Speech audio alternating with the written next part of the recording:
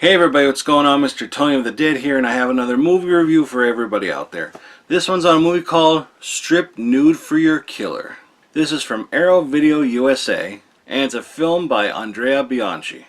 This movie is about this motorcycle helmet wearing killer who's killing people in this Malaysian fashion house.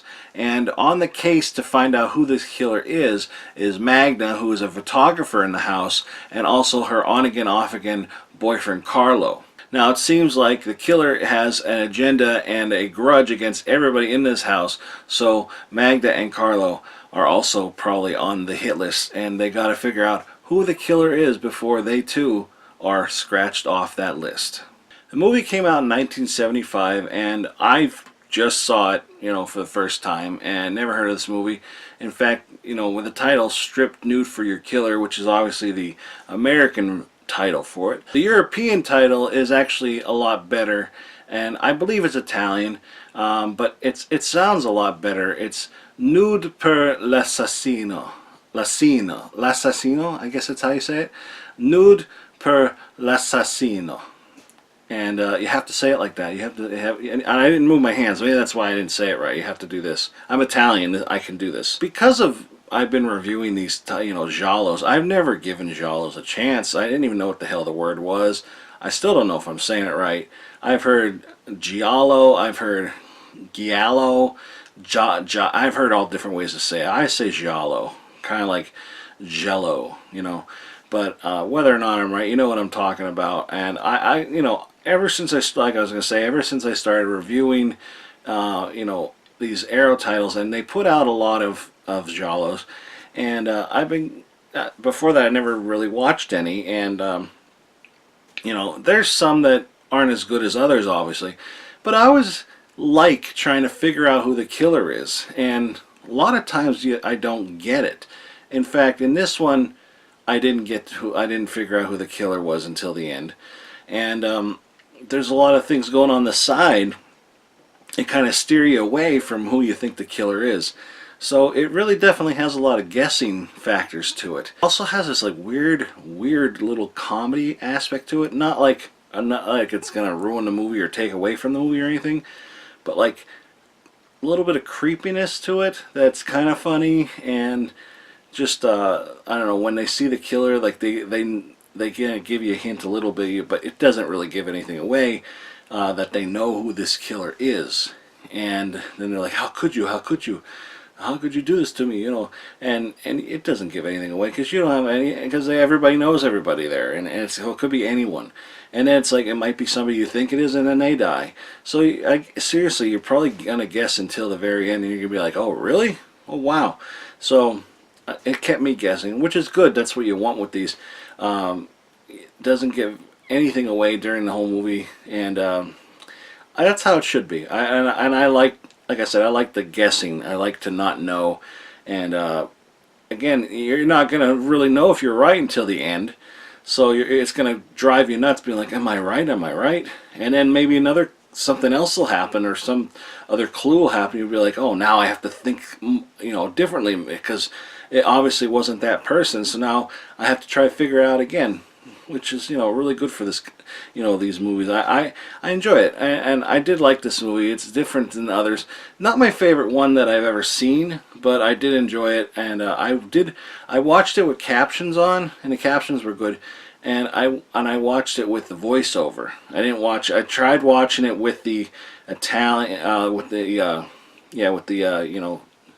say Italian, with the language spoken, and with the captions, and I just didn't want to do that, because then I would just be reading it the whole time. But I put the voice on, because it's kind of funny to watch that too, because it's like probably not how they really sound. So I heard them talking English plus the subtitles, and it just makes it a little more stranger, but it gives the characters a little more character. Like, this guy's supposed to be creepy, and then the voiceover guy, not the voiceover, but the guy they have playing for his his voice on the film, it's like, just, they made it so creepy and sleazy. He's supposed to be after these girls a lot, because he's a photographer, and it's just cringy at times too. So the voice they used for it worked for his character. Like I believed that's probably how he would sound. Maybe it's not, but I believed it for the moment at least. This also gives you two different versions if you want to watch.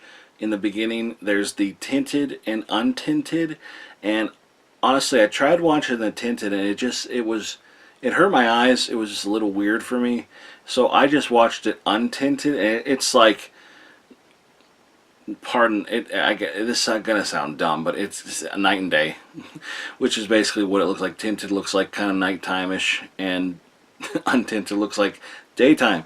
So night and day, almost literally, but not literally. Like it had that look to it. But I tried watching it tinted, and it just didn't look right to me. I didn't like it. Now I love VHS. I love the grittiness and all that.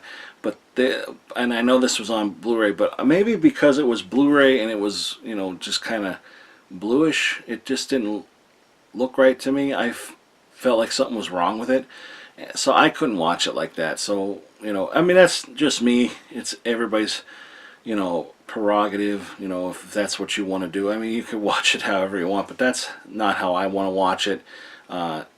You have the option to watch it at least. So if you want to watch it like that, you don't have to. You know, there's different ways you can watch it on here. So like tinted, untinted, captions, no captions, you know, the voice on, you know, what do they call it, like the voice over on or off. You know, it's cool that you get different options to watch these type of movies. Also, if it's nudity you're after and you really want to see nudity, they pretty much see it like the very opening scene. I believe you see everything, and throughout the movie you see a lot of nakedness in this movie. You don't obviously say penetration, you don't see penetration or anything like that, but you see pretty much everything. I don't think you see male genitalia, but then again, I don't remember. But there is a lot of the female anatomy that you do see, the you know, breasts and the vagina. I'm not trying to keep it clean, but I think it sounds better if I try to sound like I'm, you know, not a, you know, degenerate pig all the time. But you do get to see a lot of naked women, and that's always awesome. And you know, so there's that.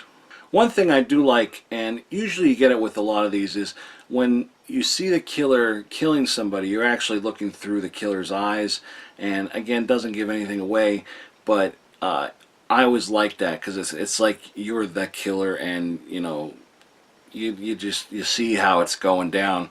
You see how the person's reacting. You see the knife in front of you, you know, like in front of the camera, but like the hand with the knife in it, or whatever they're using to kill the person. There was a few times though that you can catch the cameraman in a mirror, which I thought was kind of, I guess it was probably avoidable, or maybe they just didn't cut it in time, or maybe, I don't know. I really don't know why it was there, but it's not enough to take it away from the movie. It's just, I saw it real quick and I thought, wait a minute, so I had to, like, you know, go back and check it out, and I thought, okay, yeah, I did see that. It's not enough to ruin the movie or anything. It doesn't ruin the movie at all. You know, it's just something that, it's kind of one of those moments like, huh, I saw that, because it's kind of funny. I think seeing the film crew in a mirror or catching a glimpse of them is like an Easter egg kind of thing. I think it's funny to see that. Same thing when you find a boom in the shot. You know, I have to be the one to go, boom the shot, boom the shot. I have to, I know, especially on a TV show where you could see the boom. You know, it takes away the, what do they call it, the third wall or the fourth wall or whatever. That takes that away a little bit. But you know, that's probably the only negative thing about it.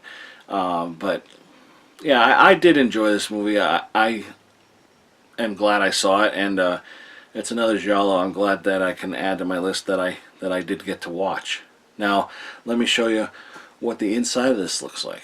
Alright, before we get to the actual inside, I'll show you the new artwork here, and this is from Graham Humphreys, who's done other artwork as well. I like this cover. You know, I like the colors, and I like the image. Strip nude for your killer. It's very catchy, and it's not too far away from the original, you know, from the European cover, one of them. And I gotta say, I like both of them. I kind of like I don't know, I like something about them both.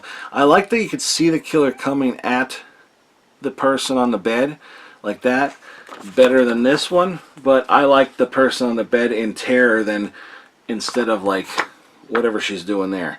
So I like certain things about both of them. I guess I would like the killer on the front to be, I don't know. I guess they're both okay for me. I think either one you want is good. But I definitely, on the wall, I think I would rather that than this, because I think this stands out more. But then again, it's a little too plain. Again, I think whatever you go with, whatever you want to show off, you know, whatever cover you want to use is fine.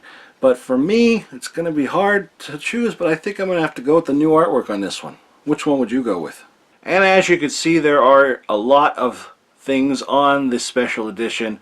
Lots of stuff to watch and a lot of interviews and all that. And if you want to get a better look at it, give it a pause right now and check it out. And here you have the Blu-ray, which is region A. There is no DVD with this. And here you have a booklet. And here you have, like I said, a booklet. Not too much to it, but there are some things in here that I can't show you. So just, you know, believe me when I say there's interviews, pictures and stuff, table of contents about the cast and crew, about the interview, and here's the back. So yeah, definitely check this one out. I enjoyed it. Would I watch it again? Yeah, I think I would, but it's not one for me to put in right away. You know, it's just something about the whole mysteries and that. Once it's solved, I don't know how much I want to watch it again, but it'd be cool to go back and see if there's things that I would notice the second time or even the third time around that I didn't notice the first time. So, you know, there's always that to go back and check out. So, yeah, I definitely think I would check this out again. But, yeah, I enjoyed it, and I think a lot of people would too. I'm sure a lot of people have. It is from 1975. It's just sad that it takes this long, this many years later for me to finally enjoy these movies. But, hey, I'm just glad that Arrow's putting them out, that I am actually getting to see them, because a lot of them I've never even heard of. I haven't heard of probably 90% of these, and that's just me. I'm tucked away in my bubble, away from all the awesomeness of these awesome giallo movies. But again, that's just me. Probably not you. But in case you're like me, yeah, definitely check this out. And if you are interested in picking this up, I'll put a link below where you can get it. Also, I'll put a trailer below for this. But like I like to say, proceed with caution. There may be spoilers in the trailer, so there's always that. But that's it, everybody. Thanks for watching. Give this video a thumbs up, hit the subscribe button, and follow me on any one of the social media links in the description box below. Alright, talk to you later, everybody. Bye.